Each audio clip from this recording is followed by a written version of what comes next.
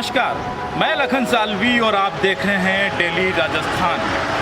15 दिन तक संपूर्ण राजस्थान में लॉकडाउन रहेगा और हम सब घरों में रहेंगे। हमें घरों में रहना है। राजस्थान में कई लोग पिछले कई दिनों से घरों में हैं और घरों में बैठे बैठे ही वो लोगों को मोटिवेट कर रहे हैं और न केवल गाइडलाइन की पालना के लिए बल्कि इस बीमारी से ग्रसित लोगों को उस ग्रंथि से बाहर निकालने के लिए भी प्रयास कर रहे हैं, उनका उत्साहवर्धन कर रहे हैं। उदयपुर आईजी सत्यवीर सिंह जी के निवास पर हम हैं और इस निवास में हम देखेंगे कि वो अपने निवास में रहते हुए क्या कर रहे हैं। कोविड-19 की सेकेंड वेव ने देश भर में हाहाकार मचा दी है। राजस्थान के अस्पताल संक्रमितों से अटे पड़े हुए हैं। लगातार बढ़ रही संक्रमितों की संख्या को देखते हुए राज्य सरकार ने आज से राज्य में पूर्ण लॉकडाउन के आदेश दिए हैं। अब हम सभी को घरों में रहना है। घर में रहकर हम क्या कर सकते हैं, इस वीडियो में अंत तक बने रहिए और जानिए कि घर में रहकर हम क्या कर सकते हैं। उदयपुर आईजी सत्यवीर सिंह अपने निवास से ही कार्य कर रहे हैं। रानी रोड पर स्थित आईजी निवास के परिसर में बड़ा ही सुंदर गार्डन है। गार्ड से जानकारी मिली कि वे रोजाना सुबह इसी तरह से गार्डन में घूमते रहते हैं और घंटों तक वायरलेस फोन से बातें करते हैं। मेरे आग्रह पर करीब 5 मिनट बाद आईजी सत्यवीर सिंह कई तरह के पेड़ पौधे से घिरे इस गार्डन के हिस्से में पेड़ों की छाया में मुलाकात के लिए पहुंचे और फिर इस तरह शुरू हुआ बातचीत का सिलसिला।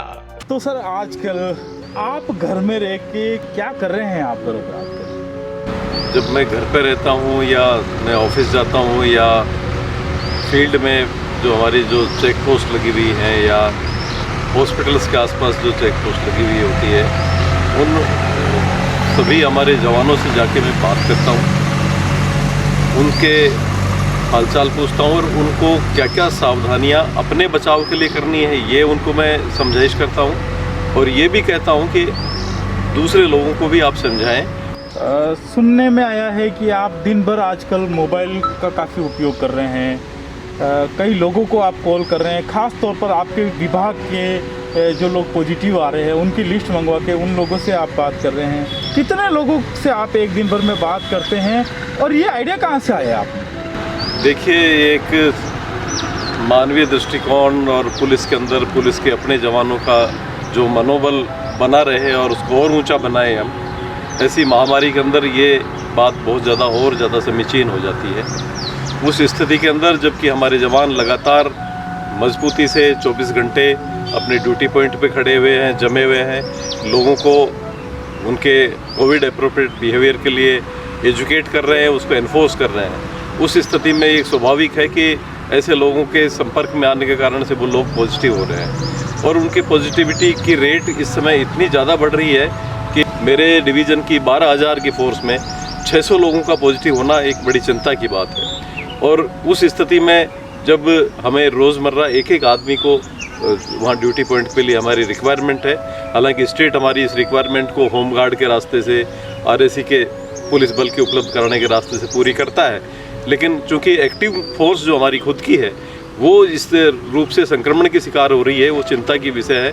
तो उसके लिए लोगों के अंदर ये एक कॉन्फिडेंस भी रहे, उनका मनोबल भी ऊंचा रहे, उनकी देखरेख भी हो और उनके परिवार में और जो लोग रह रहे हैं उनके भी ये संक्रमण नहीं फैले, इसके लिए ये मैंने बीड़ा उठाया कि मैं प्रत्येक आदमी से, जो हमारा जो जवान है, भले वो किसी भी रैंक का हो, सिपाही से लेकर के एसपी तक के अधिकारी हमारे संक्रमित हुए हैं, अभी हो भी रहे हैं, उन लोगों से मैं व्यक्तिगत रूप से इन पर्सन एक एक आदमी से मैं बात करता हूँ, उनसे उनके हाल पूछता हूँ।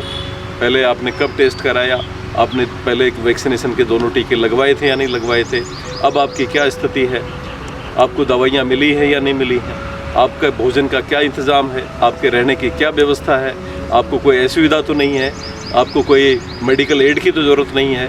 और इतनी देर में बात करते करते मुझे उस आदमी की स्थिति का पता चल जाता है कि क्या वो कितना संक्रमित है, उसका कितना मनोबल है, किस स्टेज पे वो काम कर रहा है, किन परिस्थितियों में वो इस समय गुजार रहा है। उन सब स्थितियों को देखते हुए मैं उसके लिए आवश्यक बंदोबस्त भी करता हूँ। उनको मैं समझाइश करता हूँ कि आपको समय पे उठना है, समय पे सोना है और पूरे दिन भर 8:30 बजे तक आपको अपना नाश्ता एक बार ले लेना है। और नाश्ते के बाद में आपको प्रोटीन डाइट आवश्यक रूप से लेनी है। आप अगर अंडे खाते हैं तो निश्चित रूप से कम 2 अंडे नाश्ते के बाद में तुरंत लें। अगर आप अंडे नहीं खाते हैं तो आप अंकुरित जो स्प्राउट है वो खाएं। आप पनीर मंगा के खाएं। पनीर नहीं मंगा सकते हैं तो जो चीज़ प्रोटीन के पार्ट में आपके पास सोयाबीन है या आपके मशरूम है या और दूसरी चीज़ें हैं, जो अगर वेजिटेरियन है उनके लिए ऑप्शंस दूसरे और भी है, वो आप लें।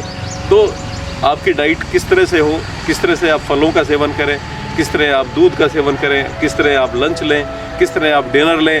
और जब आप ये सब लेके जब आप नॉर्मल कंडीशंस में होते हो, आपका पेट करीब खाली सा होता है, उस स्थिति के अंदर आप प्रोनिंग की एक्सरसाइज करें। और उस प्रोनिंग की एक्सरसाइज के अंदर आप 2 तकिए पेट के नीचे लगाएं, एक तकिया आप सिरहाने पे लगाएं, एक तकिया आप अपने पैरों के नीचे लगाएं और पेट के बल उल्टे लेट जाएं। और ये कार्रवाई कम से कम 45 मिनट तक एक बार करनी है। और ये पूरे दिन में कम से कम 5 से 6 घंटे आपको ये कार्रवाई करनी है। और ये करने के से आपके फेफड़े मजबूत होंगे, आपके शरीर में ऑक्सीजन की कमी नहीं आएगी। आपको आने वाले समय पे जो अब हम जिस संकट से जूझ रहे हैं ऑक्सीजन की, ये प्राकृतिक ऑक्सीजन आपका सपोर्ट करेगी और आपको अस्पताल जाने की ज़रूरत नहीं पड़ेगी। ये सारी चीज़ें मैं उनको समझाइश करता हूँ। मैं साथ में ये भी कहता हूँ कि आपके परिवार में आपके पास और कौन रह रहा है, अगर कोई रह रहा है उसको आप किस तरह से बचाएं। आपके नज़दीक आने से उसको किस तरह से, कितने डिस्टेंस पे कौन सी चीज़ें कैसे लें। भोजन भी आपको लेना होगा, आपको आपकी रोज़मर्रा की चीज़ें और भी आपको सप्लाई में लेनी होंगी, तो उनमें किस तरह से आप बिहेव करें। आप अपने बर्तन खुद साफ़ करें, आप अपने कपड़े खुद साफ़ करें। आपको जब आपके पत्नी या आपके बच्चे या आपका सहयोगी कोई भी अगर खाना देने आता है तो आप उसको एक डिस्टेंस पे रखें। आप भी उस समय डबल मास्क लगा के रखें, उसको भी डबल मास्क के साथ आप आगे आने के लिए आगाह करें। और जब तक वो इनका पालना नहीं करे तो आप उसके नज़दीक बिल्कुल नहीं जाएं, ताकि ये संक्रमण की चेन है वो टूटे और हम अपने और अपने परिवार के, अपने इष्ट मित्रों, अपने सहयोगों को हम उनको बचाएं और ख़ुद भी स्वस्थ होकर के वापस एक्टिव फोर्स के अंदर हम अपना पूरा योगदान हम वापस दें। तो ये पूरी चेन मेरी सुबह से शाम तक, जब भी मुझे समय मिलता है, मेरे पास सुबह ही मैं 11 बजे से पहले ये लिस्ट पूरे डिवीज़न की मंगा लेता हूँ कि मेरा कौन से थाने का, कौन से लाइन का, कौन से ज़िले का कौन सा जवान संक्रमित है, उसका क्या मोबाइल नंबर है, उसका कॉन्टैक्ट नंबर क्या है। उस पर मैं रोज़ाना, मेरी एक दिनचर्या का ये हिस्सा बन गया है कि रोज़ाना करीब एवरेज 40 से 45 लोगों से मैं बात करता हूँ और उन लोगों का मनोबल बढ़ाता हूँ। उनकी दवाई का सिस्टम, उनके रहने का सिस्टम, वो जो मैंने आपको पहले कहा, मैं उसकी कंप्लीट लाइफस्टाइल को ऑब्जर्व करता हूँ और उसको सजेस्ट करता हूँ कि आपको क्या करना चाहिए। कितने दिनों से आप जो है ये पूरा काम कर रहे हैं और एक दिन में कितने कॉल आप करते हैं, उनमें कितना समय लग जाता है? देखिए, ये काम मैं पिछले 10 महीने से कर रहा हूँ। मैं यहाँ नहीं था, मैं RSC में पहले मेरी आर्म्ड बटालियन में पोस्टिंग थी। तो जब हमारे जवान वहाँ पर, क्योंकि हमारे जवान उतने ही वहाँ पे आर्म्ड बटालियन के भी उतने ही लोग वहाँ पर डिप्लॉयड होते हैं जो डिस्ट्रिक्ट्स के अंदर, पूरे स्टेट में ये स्थिति थी। और मैं उस समय पूरे स्टेट में हमारे ADG साहब के साथ अकेला मैं एक DIG था जो मैं उनको असिस्ट कर रहा था। तो पूरे स्टेट के जो RSC के जो संक्रमित जवान होते थे, उन सभी संक्रमित जवानों से करीब मैं उनसे बात करता था और ये चीज़ें मैं करता था। इसके साथ में मैं जो मेरे मित्र लोग हैं, मेरे जो सगे संबंधी हैं, मेरे जितने भी संपर्क के जो लोग हैं, जो मुझे खबर लगती थी कि वो आदमी संक्रमित हुआ है, तो मैं उससे ये नियमित रूप से बात करके उसके ठीक होने तक मैं उसकी ट्रैकिंग करता था। और मुझे ये बताने में आपको खुशी है कि इस प्रोनिंग की एक्सरसाइज, उनकी रोज़मर्रा की जो फूड हैबिट्स, उनकी स्लीपिंग हैबिट्स, उनके लाइफस्टाइल को उनको गाइड करके, उनको सलाह दे करके मैंने उनके लोगों के, हज़ारों लोगों के को अस्पताल जाने से रोका, उनको ऑक्सीजन की कमी से रोका और उनको शीघ्र स्वस्थ करके और उनको मेन स्ट्रीम में हमारी टीम के अंदर हमने शामिल किया। तो देखा आपने, इस तरह से अपनी टीम के कोरोना संक्रमित अधिकारियों व सिपाहियों को पर्सनली कॉल कर बीमारी से लड़ने के लिए मोटिवेट कर रहे हैं IG सत्यवीर सिंह। IG निवास के पास ही महादेव मंदिर चौराया है। यहाँ से एक रास्ता फतेह सागर के राजीव गांधी पार्क की ओर जाता है, वहीं दूसरा रास्ता रामपुरा व तीसरा रास्ता मल्ला तलई की ओर जाता है। यहाँ अनावश्यक सड़क पर घूमने वाले लोगों को रोकने के लिए चेक पोस्ट लगाई गई है। अम्बा माता थाने के SHO सुनील कुमार के नेतृत्व में थाने का एक पुलिस दल यहां तैनात है। यहीं पर कड़ी धूप में थाने का सिपाही करतार सिंह भी सेवाएं दे रहा है। करतार सिंह पिछले दिनों कोरोना से संक्रमित हो गया था। कोविड से पीड़ित करतार सिंह का मनोबल बढ़ाने के लिए IG सत्यवीर सिंह ने उसे कई बार कॉल किए। करतार सिंह ने दवाइयां ली, खान पान और रहन सहन में बदलाव किए और अब ठीक होकर पुनः इसी चौराहे पर सेवाएं दे रहे हैं। मेरा नाम करतार सिंह है। मेरी पोस्टिंग अभी अम्बा माता थाने में है। 17 तारीख को मैं पॉजिटिव आया तो मेरे क्या हल्की सी खराश थी गले में और थोड़े जुकाम की शिकायत थी। पॉजिटिव के बाद में फिर अपने श्रीमान IG साहब को इस बारे में ज्ञात हुआ। काफ़ी संख्या में अपने जवान पॉजिटिव आ रहे हैं, अधिकारी आ रहे हैं। तो उन्होंने हर किसी सिपाही से, हर अधिकारी से उनको सुझाव दिए। तो मेरे फैमिलियाँ रहती नहीं, अकेला रहता हूँ, तो अपना अकेला महसूस नहीं हो कि हमारा विभाग अपने साथ में है। टाइम पे उन्होंने अधिकारियों को सूचित किया, जो लोग पॉजिटिव आए हैं उनको खाने की पीने की व्यवस्था रखें। उनका रोजाना कमांड कंट्रोल के जरिए बताया कि हर आदमी के लिए, हर जवान जो भी पॉजिटिव आया है उनके लिए आप डेली सूचित करके उनसे सूचना प्राप्त करेंगे। कोई प्रॉब्लम तो नहीं है किसी तरीके की। इससे थोड़ा सा हमको इस कोरोना का थोड़ा भय कम हो गया। यह अम्बा माता थाना क्षेत्र का मल्ला तलई चौराहा है। यहाँ लगाए गए चेक पोस्ट पर कोरोना को हराकर लौटे SHO सुनील कुमार भी सेवाएं देते हुए दिखे। उन्होंने कहा कि 10 मई से 24 मई के लॉकडाउन में लोगों को अनावश्यक घरों से बाहर निकलने से रोकना बहुत ज़रूरी है। 12 अप्रैल को मुझे बुखार आया और थकान, कमज़ोरी की महसूस होने लगी तो मैंने अपना कोविड का टेस्ट करवाया था। उसके बाद में 13 तारीख को जब मेरी रिपोर्ट आई कोरोना पॉजिटिव आने के बाद में अधिकारियों द्वारा मेरी चिकित्सक की संबंध में भी मदद की गई थी और मुझे आराम करने की सलाह दी और मेरा मनोबल ऊपर करने के लिए श्रीमान IGP साहब रेंज उदयपुर और श्रीमान जिला पुलिस अधीक्षक महोदय उदयपुर ने व्यक्तिगत मेरे से बात करके मेरे को संबल बंधाया था। और इसी बीच में मैंने 2-3 बार जांचें करवाई, पॉजिटिव आई। ठीक है, तो पॉजिटिव आने पे मेरा मनोबल टूट गया था। इस पर अधिकारियों ने पुनः मेरा हौसला बढ़ाया। तो इसी बीच में मेरा बच्चा वो खुद जो मेरी देखरेख में था वो पॉजिटिव आ गया, जिससे मेरे को बड़ी परेशानी हुई। इसी दौरान में श्रीमान जिला पुलिस अधीक्षक द्वारा भी मुझे संबल बंधाया गया। वो कहा गया कि जब तक बेटा ठीक नहीं हो जाए और आप ठीक नहीं हो जाए आप ड्यूटी पे नहीं आएंगे। ठीक है, और श्रीमान IGP साहब द्वारा करीब 3-4 बार मेरे को व्यक्तिगत रूप से फ़ोन करके भी ये कहा गया कि अगर डॉक्टर की ज़रूरत हो, मेडिसिन की ज़रूरत हो, ऑक्सीजन की ज़रूरत हो तो भी आपको अवेलेबल करवा दी जाएगी। आप अपने स्वास्थ्य का पूर्ण रूप से और परिवार का पूर्ण रूप से ध्यान रखें। अभी के दौर में जिस तरीके से अधिकारी भूमिका निभा रहे हैं अधिकारीगण, उसको लेके आप क्या कहेंगे? वो प्रशंसनीय तो ही है और हमें जो अधीनस्थ जाप्ता है उसको गौरवान्वित करने वाली भी बात है। हम ऐसे विभाग और संगठन से जुड़े हुए हैं जो हमारी इतनी केयर कर रहा है। आपको भी अधिकारियों के कॉल आए तो ये वास्तव में इनसे कोई संबल मिलता है, कोई हिम्मत बनने वाली बात होती है? पूर्ण रूप से हिम्मत बनती है। आज के परिप्रेक्ष्य में ऐसे अधिकारी है, ठीक है, ऐसे अधिकारी मैंने नहीं देखे हैं। जिला पुलिस अधीक्षक और IG साहब जैसे, ठीक है, अधिकारी क्या मैंने ऐसे अच्छे इंसान ही नहीं देखे। कांस्टेबल अजीत कुमार भी कोरोना से संक्रमित हुए। आम इंसान की तरह वे भी भयभीत हुए, लेकिन जब IG सत्यवीर सिंह का कॉल आया और उन्होंने केयर की तो बीमारी से लड़ने का हौसला आया। पुलिस अधीक्षक सहित अन्य अधिकारियों ने बार बार कॉल करके सुध ली तो इसका आत्मविश्वास बढ़ा और अमित कुमार ने कोरोना से जंग जीत ली। सर, मैं थाना अम्बा माता पे दिनांक 20 तारीख को तैनात था। फिर मेरे क्या है, बुखार आई, सर दर्द हुआ, दस्त वगैरह लगने चालू हो गए। फिर मैंने 20 तारीख को जांच कराई जिसकी रिपोर्ट 21 तारीख को आई तो मैं पॉजिटिव रिपोर्ट में आ गया। फिर वो पॉजिटिव जैसे ही आया तो मैं भी घबरा गया। दूसरे दिन हमारे श्रीमान IG साहब का फ़ोन आया। उन्होंने 5-6 मिनट बात की कि बेटा अमित कुमार कैसे हो, पॉजिटिव हो? मैंने कहा सर हाँ, कल पॉजिटिव हो गया। तो उन्होंने कहा कोई घबराने की कोई बात नहीं है, और गोली दवाई लो, बढ़िया खाना पीना, बढ़िया टाइम टू टाइम खाना पीना, दवाई वगैरह सब टाइम टू टाइम लेते रहना, और कोई प्रॉब्लम हो तो आप हमारे से सहयोग ले सकते हो। किसी भी प्रकार की कोई भी दिक्कत हो तो आप कंट्रोल रूम कॉल कर सकते हो। आप ये नंबर जो है मेरे, इन नंबरों पे फ़ोन करके आप मुझसे बात कर सकते हो। तो एक हौसला सा बन गया कि भाई अब अपने को कुछ भी प्रॉब्लम होगी तो अपने डिपार्टमेंट से हेल्प ले सकते हैं। 4 मई को यहाँ अनावश्यक घूम रहे लोगों के चालान काटे जा रहे थे। इसाक मोहम्मद भी यहाँ पे सेवाएं दे रहे हैं। वे 2 बार संक्रमित हुए थे। हमारे अधिकारियों ने जो विपद काल में हमारा ध्यान रखा वो हमें बहुत अच्छा लगा।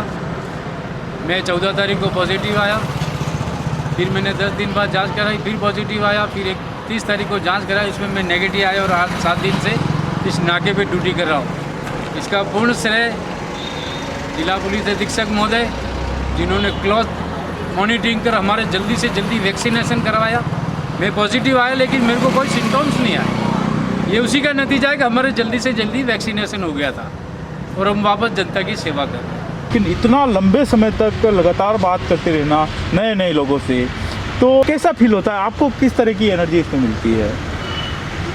मैं जब मेरे फोर्स के जवानों से बात करता हूँ, ख़ास तौर से सिपाही से लेकर के और सब इंस्पेक्टर तक के अधिकारियों से, तो वो ये आश्चर्यचकित हो जाते हैं कि हमारा आईजी हमसे बात कर रहा है। तो एक तो उनका मनोबल बढ़ता है और उनको एक वो रोमांचित हो उठते हैं मेरे से बात करने में, तो उनकी आधी बीमारी वैसे ख़त्म हो जाती है। तो ये मेरे लिए एक बहुत बड़ा एक सपोर्ट है और मुझे वो ये महसूस होता है कि मेरे कारण से कितने लोगों के आत्मविश्वास बढ़ रहा है, उनका मनोबल बढ़ रहा है और इनको नई दिशा मिल रही है। तो वो मुझे कभी उबाऊ नहीं लगता, क्योंकि रोज़ाना नई एक्सपीरियंस है और मैं उनकी बातों को करते करते ये समझ जाता हूँ कि इस आदमी को मुझे किस लेवल पे बात करनी है और क्या समझाना है, और वो समझाइश करने के बाद जो मुझे आत्मसंतुष्टि मिलती है ये किसी और चीज़ से नहीं मिल सकती। इसी तरह से मेरे रिश्तेदारों, मेरे मिलने वालों, मेरे जो जितने भी जो संपर्क के लोग हैं जिनके बारे में मुझे पता चलती है, मैं उनको जो जिस तरह से गाइडेंस देता हूँ और जो वो ठीक होते हैं और वो चला के मुझे जो फ़ोन करते हैं कि आपने हमारी ज़िंदगी बचा ली, नहीं तो हमें ये सब बताने वाला कोई नहीं था, तो इससे बड़ा मेरे लिए और क्या एक पारितोषिक हो सकता है और एक मोटिवेशन हो सकता है। तो मैं इन सब चीज़ों से प्रेरित होकर के ये नियमित रूप से काम करता हूँ और मुझे कतई ये नहीं लगता कि मेरा समय कोई मुझे इस रूप में देने में मुझे कोई तकलीफ हो रही हो। ये जो तमाम काम करते हैं, इससे आपका जो आईजी वाला जो काम है, आईजी वाली जो सेवा है, इसमें कहीं कोई वो आता है आपको कि यार समय कम दे पा रहा हूँ मैं मेरे काम? नहीं, आईजी का ये भी काम है। जी जी, ये किसी भी पुलिस अधिकारी का जो उसका अधीनस्थ जो आदमी है वो अगर उस स्थिति संकट में है तो उसको अपने बराबर खड़ा करना, अपने उसको उनका मनोबल बढ़ाना, ये भी उसका काम है। और हालांकि ये बात सही है कि इसमें मेरे करीब रोज़ाना, शुरुआत में तो कम थे तो मेरा 1.5-2 घंटे में काम चल जाता था। अब ये समय मेरा 3 घंटे, 3.5 घंटे, कई बार 4 घंटे तक का भी समय, जब 40, 45, 50 लोगों से आपको बात करनी होती है और उनसे पूरी चीज़ समझनी होती है। ये तो है नहीं कि आप सिर्फ औपचारिकता निभाने के लिए बात कर रहे हो, तो वो सारी चीज़ें पूरी करते हो तो आपको एक आदमी को 5-7 मिनट का समय देना होता है। फिर मिलाने का समय, वो सारी चीज़ें, कई लोगों के मोबाइल बंद आते हैं, तो उन मोबाइल बंद वाले लोगों के लिए मैं बहुत ज़्यादा चिंतित होता हूँ और मैं ये कहता हूँ कि इसके कंट्रोलिंग ऑफिसर को बताओ कि इसका कोई और दूसरा अल्टरनेटिव नंबर लें या उनके परिवार का लें या उसका कॉन्टैक्ट कोई आदमी कोई और है उससे लेके मेरी बात कराएं और आप भी बात करें और उसकी ट्रैकिंग करेंगे, मोबाइल बंद नहीं रखें, ताकि वो संपर्क में रहेगा तो उसकी तकलीफ़ है तो उसका निवारण हम कर पाएंगे। अगर वो अलूफ हो गया, एकांत में चला गया, तो ये चीज़ें बड़ी मुश्किल हो जाएंगी और हम उसकी सेवा नहीं कर पाएंगे। और उसने अपने लिए कुछ नहीं किया, उसने समाज के लिए, देश के लिए, विभाग के लिए ही काम करते हुए ये तकलीफ़ का सामना करना पड़ रहा है। तो विभाग की जिम्मेदारी है कि वो उसको अपने बराबर खड़ा करने के लिए सारे उपाय करें। इनके पास लिस्ट आ चुकी है अपने डिपार्टमेंट की कि कौन कौन लोग आज पॉजिटिव है। बातों का सिलसिला जारी था। इसी बीच आईजी साहब के मोबाइल की घंटी बजी। उन्होंने कॉल पर बात करने के बाद अपने वायरलेस फोन से अपने एक सिपाही को कॉल किया और इस तरह से बातें की। हाँ दिनेश, दिनेश क्या हाल है तेरे? कैसी तबीयत है बेटा? अच्छा, क्या फील कर रहा है, क्या तकलीफ फील कर रहा है? अच्छा, तो कहाँ रह रहा है बेटा अभी?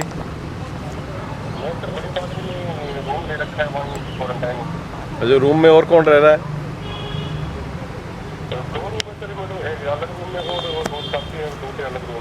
खाने का क्या सिस्टम है बेटा? नाश्ता कितने बजे कर लेते हो? 8 बजे कर लेते हैं। बहुत बढ़िया। नाश्ते में क्या लेते हो बेटा?